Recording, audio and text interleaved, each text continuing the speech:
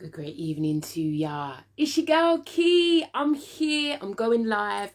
I'm at home today and not at Key for Change. Welcome, welcome. I hope tonight's topic will be of inspiration and thought provoking for you, because we know everything begins with thought. Everything begins with an idea. Now, if you find my videos interesting, I know people don't necessarily like my videos or comment because of the stigma associated with my profession. However, if you can give your girl Key a share, I would be incredibly grateful. Shares are incredibly invaluable to me. So it's 9 o'clock. I'm going to be doing my lives from 9 o'clock every week now to make it kind of easier for everybody to know exactly when and where to find me. So how are you doing? If you have any questions about the topic of toxic empathy, please do let me know, because it is a topic that I am fascinated about, and I am passionate about helping people to understand exactly how having a caring, considerate nature without boundaries is particularly dangerous. In essence, we don't necessarily realize it, but without boundaries, we are actually doing ourselves a great disservice, and we cause ourselves harm. Now, one of the things that I see happening more and more frequently is people are self-identifying as empaths. Now, that's a wonderful thing that you're kind of clocking that. You know what? I think I just got a kind of really caring nature. The challenge, if you identify as an empath, I mean, it's a beautiful thing. However, something that I'm growing increasingly aware of is the way that we make ourselves victims. I'm sorry, I'm here to tell you the inconvenient truth. We can sometimes make ourselves victims. How do I know this? Because I do it to myself. You know, most of my insights, if you know your girl Key, you'll know that majority of the stuff I talk about is what I've been through. And toxic empathy is something that I noticed happening in my own personal life. So if this makes sense to you, please check out the links below. You know, you can work with your girl Key. Woo! You could catch me. Also, I've got a mastermind course coming up on fear. Now, I'm doing things a little bit differently from 2021. So you will have to register for my mastermind courses via Zoom, via the link below. Do feel free to check that out. I'm going to pin that so that it is there for people. I'm here. I help lots of people in lots of different ways. One of the areas I'm fascinated about as a psychotherapist is intimate relationships. They reveal so much about how we were loved, not loved in our younger years, and that actually manifests into our current dilemmas in our adult life. So if there's anything that I say that speaks to you, or you're uncomfortable, or you're like, oh my God, that's me, feel free to inbox me. You don't have to go public, because let's be honest, it's not easy being vulnerable. For me, I'm comfortable with it. I was trained in that way. So I'm happy to use myself to help other people think about, oh my God, I do that, I do that, I do that. So toxic empathy is called relentless caring. It's where we should really eradicate, delete, block people in our lives. But because we're so nice and we're so compassionate, we make allowances for people. And often it's caused by poor boundaries. But if you've noticed some of my posts on my personal page over the weekend, I've kind of been identifying some sort of toxic empathy within myself, when actually it's just really not appropriate. And so that's got me thinking about it. I'm currently writing my empaths course, my empath self-protection course at the current time. But I felt it was really important that I raise the topic of toxic empathy. Toxic empathy is where we perpetually understand someone. We perpetually make allowances for someone. And inside me, we may well know that we should cut them off. But even though we know that maybe they treat us inappropriately or poorly, or they give us like we're the last option, for whatever reason, we don't put our foot down. Now, this can be particularly common in families. So pay attention if there's like family members who kind of just draw on your compassion. That's another part of toxic empathy. It's where people, for me, what I've realized is I have a massive capacity to be compassionate. The issue is I can abuse my compassion. So that's another thing that I believe is clear in toxic empathy is, what was it? Compassion. It's called, relentless compassion, abuse of one's compassion. So pay attention if you ever feel like, I remember having a relationship once. It was in the early days. when you got to weed them out, ladies, if you know what I'm talking about, your heart, like. And I just realized, I thought to myself, this relationship is drawing heavily on my compassion. And I thought, if I stopped being so compassionate, what would happen? And I knew, because the truth bubbled up into my awareness. However, the truth that bubbled up into my awareness was inconvenient. Why was the truth inconvenient? Because I was a desperate singleton. I thought I had met the one. So when my truth came up, which was that if I wasn't compassionate, this relationship would end, I didn't like it. So what I continued to do was to be compassionate with the individual. However, what had happened though is I knew exactly what I was doing. And that's the gift of awareness. For many of us, what happens is we become aware and then we're like, okay, so I know I do this, but why am I still doing it? If that speaks to you, my friend, you need to trust the process, because we will get there. But it's hard. I find it harder to sabotage myself when I consciously know exactly what I'm doing. And if this speaks to you, please give your girl Key a heart and a like, because I ain't seen one question up there and I'm feeling like buddy no mates here, and I know I am talking lyrics to people. Can I get a heart somewhere, please? Like I said, watch out for relentless compassion. Hey, thank you to my hearters out there. Thank you. Your girl Key needed that. It gets lonely. So it's like relentless compassion is, I believe, a part of toxic empathy. I would also say toxic empathy plays out the most in families. Watch out. It will often play out the most with families. The challenge you have is when we want to change, I encourage my clients, and I encourage myself, start on the small things. Start with, I don't know, say if you want to become assertive, say if people have taken a piss with you all their life, right? You know, let's just start with the man in the sweet shop. Let's start by saying, challenging him about asking for your 10 pence back or something like that. Let's work up to the big people. Let's not start big. Do you know what I'm saying?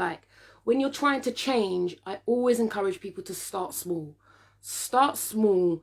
It's better to do that, stay with people in shops, friends, and then you work yourself up should you have significant family dynamics. So I hope that is also helpful to someone. So what I would say toxic empathy is about, and I'm just going to highlight 3 things tonight, is relentless compassion for somebody. And you may even know that these people take the mick, but you still extend relentless compassion. Now, if that's something you do, you need to inbox your girl Key, because you need to be very mindful. Toxic empathy is also, I really want to encourage people who may well have done work on themselves. So you're not starting out from ground zero and you've got, a certain level of self-awareness, but you continue to make justifications for people. So you need to be careful about that. Oh, this person didn't get hugs as a child, and that's why, I know he's a bit selfish. I know they're selfish. I know that they only put themselves first, and we still make justifications for those people. So pay attention when you do that. Toxic empathy is also about when we make people's problems their own. Now, before my training, I used to make people's problems my own, especially partners. I took it upon myself to find the solutions for all the problems that these people created when I weren't nowhere. You see, when they're creating the problem, we ain't nowhere around. But when they want the solution, they are knocking our doors. What's that about? Well, what did I do? I made their problems my own.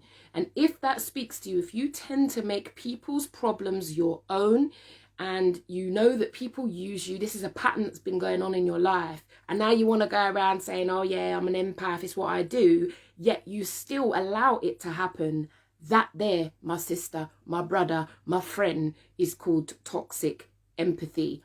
And if you have the audacity to want to moan about it, complain about how people treat you, then you've done it to yourself. So when I'm getting into this thing about toxic empathy, it's going to be very uncomfortable for us empaths out there, because what I've noticed is we're calling ourselves empaths and we're not necessarily taking responsibility for ourselves. And if you think you're going to come to Key for therapy and sit there and tell me about all the horrible things people have done to you, no, we're going to have to check you're going to have to check yourself before you wreck yourself.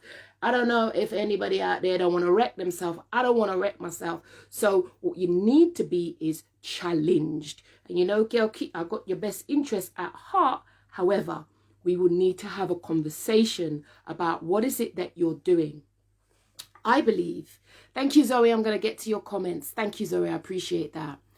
I believe toxic empathy. Oh, I had a good one there. Oh, it will come back. Good things usually do. All of the hearts tonight, Key. Thank you, Zoe. I'm also weary of weaponized empathy too. When we use our empathy and care to manipulate situations. I know there have been times when I have been too nice because I want a person to like me or do a thing for me. It took a lot to admit to myself that I was capable of that. But I'm only human, so show myself kindness for the times I have done that. Oh my God, that is such a beautiful insight. And your insight touches on the insight I gained about myself when I offered up myself to somebody in terms of a gesture. I'd like to help you. Do you want my help? And when they declined, I found myself getting really annoyed. Like, how dare they? How dare they? And you know what your girl Key had to do? I had to check myself before I wrecked myself. Because what I realized was that there was a fine example of my toxic empathy. That was me expecting to offer off something to someone and that I would get the result that I wanted. Once I realized that, I made different choices, you know. So I thank you for that, Zoe. And I do believe it takes heart for people who could go around calling themselves empaths to look at the shadow side of empathy, that there is a dark side to empathy where we can end up giving. And I think that is also about how we make ourselves victims. And I don't know about you, but I know your girl Key wants to be victorious in life. I don't want to be a victim. I want to be able to have difficult experiences, not that we welcome them or want them, but we know that that is a part of life. And I want to be able to glean the nuggets of gold from adversity so I can make my pain purposeful, which is a course that I have created. Why haven't you done it? Why you keep watching my videos and you ain't hit the buy now button? My people, I'm telling you, Pain into Purpose, my course, is the way to go. It is the most cost-effective way to work with me.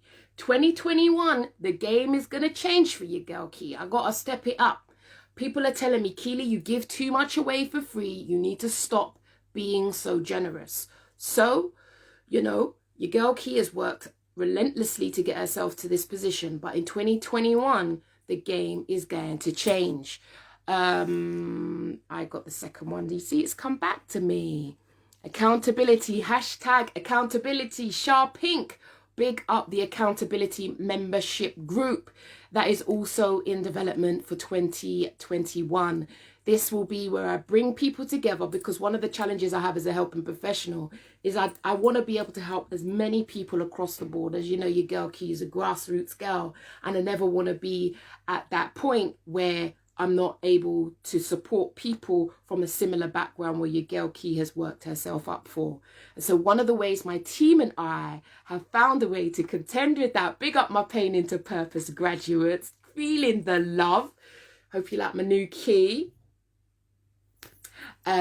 Is to make an accountability group. The only way to get into my low-cost accountability group is through Pain into Purpose. Today is the last day. You can buy it for £99. £99 for my 4-week course. After that, it goes up, and the full price is £350 for a 4-week course. And it is great. It is the definitely direction I will be moving into in the future. Good evening, course. Good evening, my people. Good evening. Good evening, Belinda, Natalie and Zoe. Thank you, Sharpink. Big up to the Pain into Purpose graduates. I'm here. It's your girl, Keeley. I am talking about toxic empathy. And one of the things I think as a helping professionals, we need to be mindful of where our toxic empathy can show up the most is where we continuously, because many of us who are empathic work in helping industries. Now, if you keep giving up your time for free at work, yeah, so you say you get paid for 39 hours, yet you're there doing 47 hours, you are volunteering your time for big corporates, big organizations who draw down exceptional amounts of funding. That is a fine example of toxic empathy. Shut the laptop when it's home time. Even though you are home time and no one don't travel again because we're all working in our homes, shut the laptop, go for a walk. Let's get our 10,000 steps or something like that. How many steps am I on today? 5,800. Oh dear. Hey sis, Natalie McKay, good to have you on board tonight. I'm talking about toxic empathy because I'm noticing a lot of us want to run around talking about, oh, we're empaths and with this, and narcissistics do this to me, narcissistics do that to me. I get it. Yeah, we are attracted to them. Yeah, like magnets. They are pulled to us and we are pulled to them. The question is, if you want to move beyond being a perpetual victim, is what do you do that enables the dynamic to be strengthened? Remember, people can't do things to you without your permission. It's your girl, Keeley Taverner. Tonight, I'm going in on toxic empathy. I want to thank the people who inboxed me based on my post yesterday with regards to toxic empathy. People, don't worry, your girl is on it. Toxic empathy is where we give and we definitely have an expectation of something in return. And when we don't get it, we get vexed. We get a little bit livid. We get a little bit angry. If that speaks to you, inbox me, because no one don't want to comment about this. Everybody want to act angelic. Everybody want to act like we so perfect. But the reality is we are all fighting our battles. The third aspect of what I'm beginning to notice more and more about toxic empathy, it really is about our shadow. And this links to the works of Jung. If anybody's interested, if you're studying or you want to get a little bit further, you want a little bit of theory up in your life so you can back up your chat, read a little bit, read a little bit of Jung on the shadow side. So, you know, I'm talking about toxic empathy. It's where you know what you're doing. Well, sometimes you're unconscious of what you're doing, but ultimately toxic empathy is dressed up helping, but really and truly it is self-harm. It's all disguised, and it's about where you give often and want something in return. When I caught myself doing this, I realized how furious I was when my gesture was refused. I was like, oh, ooh. So if this speaks to anyone out there, feel free to ask your girl Key questions.